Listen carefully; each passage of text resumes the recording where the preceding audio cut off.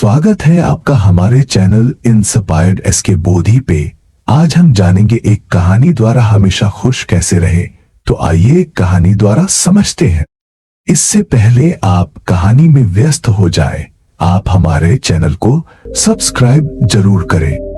गांव के किनारे एक बड़ा बरगद का पेड़ था, जिसके नीचे हर शाम गांव के लोग आपस में बात करने और अपनी परेशानियों को साझा करने आते थे। वहीं एक साधारण सा व्यक्ति भी आता था, जिसका नाम रघु था। रघु के चेहरे पर हमेशा मुस्कान रहती थी और लोग उसकी इस आदत से हैरान रहते थे।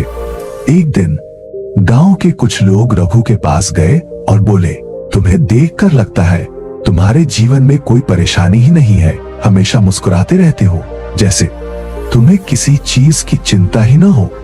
क्या तुम्हारी जिंदगी इतनी आसान है? जी वो। रघु ने उनकी बात सुनकर मुस्कुराते हुए कहा, मेरी जिंदगी भी उतनी ही कठिन है जितनी तुम्हारी, पर मैंने एक बात सीखी है कि जिंदगी को आसान बनाना हमारे अपने हाथ में है। तुम सब मस्त रहना चाहते हो तो चलो मैं तुम्हें अपनी कहानी सुनाता हूँ। देखो, कुछ साल पहले की बात है। रघु के पास थोड़ी सी जमीन थी, जिसमें वह खेती करता था। वह दिन रात मेहनत करता, लेकिन मौसम के बदलने के कारण उसकी फसल खराब हो गई। उसका पूरा पैसा खत्म हो गया और कर्ज का बोझ सिर पर आ गया। वह कई दिनों तक परेशान रहा, लेकिन फिर उसने सोचा, अगर मैं यूं ही बैठा रहा तो यह परेशानी और बढ़ जाएगी, मुझे कुछ करना होगा। रघु ने अपने पुराने दिनों को याद किया। बचपन में वह अपने पिता के साथ मिट्टी के खिलौने और बर्तन बनाया करता था। उसने सोचा, क्यों ना मैं इस हुनर। अगले ही दिन से रघु ने मिट्टी के बर्तन बनाना शुरू किया। यह काम बहुत कठिन था, लेकिन उसने हार नहीं मानी। कुछ ही दिनों में वह इतने खूबसूरत बर्तन बनाने लगा कि बाजार में लोग उन्हें खरीदने के लिए इंतजार करने लगे। उसकी आमदनी फिर से बढ़ने लगी, लेकिन इस बार उसके चेहरे पर मेहनत की। गांव के लोग हैरान थे कि रघु इतने मुश्किल हालात में भी कैसे खुश रह सकता है। एक दिन किसी ने उससे पूछ लिया, तुम इतने कठिन समय में भी कैसे मस्त? रघु ने जवाब दिया, मैंने एक बात सीखी है, जब तक हम अपनी परेशानियों पर ध्यान देते रहेंगे, हम खुश नहीं रह सकते। हमें अपनी समस्या के समाधान पर ध्यान देना चाहिए, और सबसे बड़ी बात, हमें हर परिस्थिति को वैसे ही स्वीकार करना चाहिए जैसी वह है। रघु ने यह भी बताया कि उसने अपनी सोच को बदलने की आदत डाल ली थी। जब फसल खराब हुई थी तो वह इसे अपनी हार मानने की बजाय एक नए अवसर के रूप में देखने लगा। उसने सोचा, यह समय मुझे कुछ नया सिखाने का मौका दे रहा है।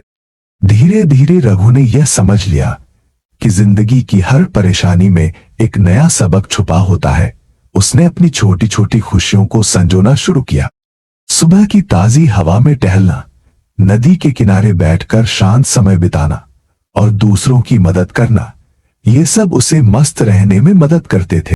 अब गांव के लोग भी रघु से प्रेरित होकर अपने जीवन में बदलाव लाने लगे। उन्होंने अपनी पुरानी समस्याओं को हल्के में लेना शुरू किया और अपनी रोजमर्रा की जिंदगी में खुशियां ढूंढने लगे। कुछ ने अपनी हॉबीज फिर से शुरू की, तो कुछ ने दूसरों की मदद करके खुशी महसूस की। एक दिन गांव का सबसे बुजुर्ग व्यक्ति रघु के पास आया और बोला, तुमने हमें जीने का नया तरीका सिखाया है। अब हम सब समझ गए हैं कि मस्त रहना किसी चमत्कार से नहीं होता, यह हमारी सोच और आदतों पर निर्भर करता है। रघु ने मुस्कुराते हुए कहा, मैंने बस यह सीखा है कि जिंदगी में चाहे कुछ भी हो जाए, खुश रहना हमेशा हमारे अपने हाथ में है। मस्त रहना भी एक कला है जो हर कोई सीख सकता है, बस मन से कोशिश करनी होती है।